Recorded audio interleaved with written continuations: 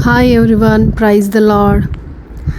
ఇది చెన్నై ప్రాంతంలో Saint Thomas గారు మౌంట్ అంటారు దీన్ని. యేసుక్రీస్తు వారి శిష్యులలో ఒకరైన తోమా గారు, మరి సెయింట్ థామస్ గారు ఇక్కడ మరణించిన స్థలము.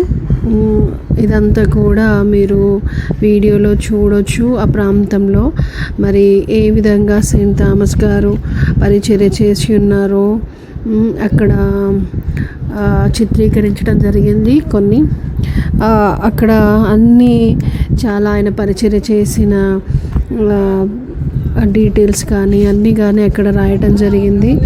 ఇంకా తోమా గారు అక్కడ వాడిన వస్తువులు కానీ ఆయన ఏ విధంగా చనిపోవటము అవన్నీ కూడా భద్రపరిచారు. అవన్నీ కూడా పిక్చర్స్ రూపంలో మనకు చూపించడం జరిగింది.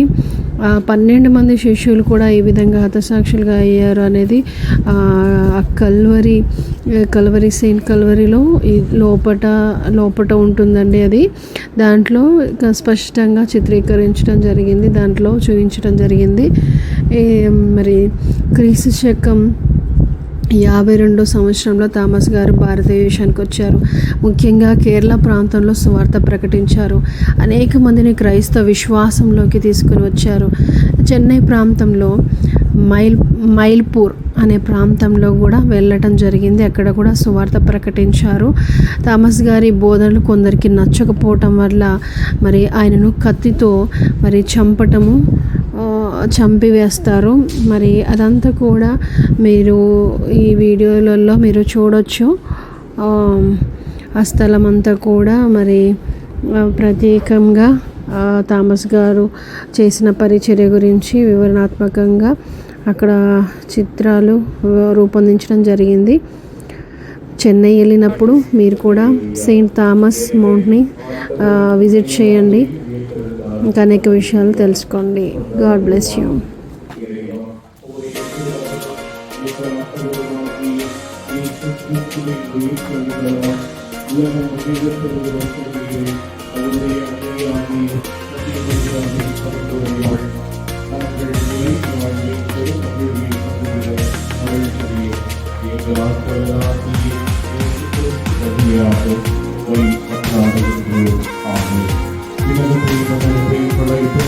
ಎಲ್ಲ ಬಲ್ಲತೆಯಾಗಿ ಪದಗಳನ್ನು ಅವರಿಗೆ ಒಳ್ಳೆಯ ಮಗನಾಗಿ ಸದಾಂತದ ಯೇಸುಕ್ರಿಸ್ತುವೇ ಪದವಾಗಿ ಇದಕ್ಕಾಗಿ ಆರಿಸಲ್ಪಟ್ಟು ತಂದೆ ಬಳಿಯ ಒಡಲು ಮಾಡಿಬಿಟ್ಟು ಸಿಲುಬೆಯಲ್ಲಿ ನಡೆಯಲ್ಪಟ್ಟು ಇದರಲ್ಲಿ ಅಡக்கம் செய்யப்பட்டார்.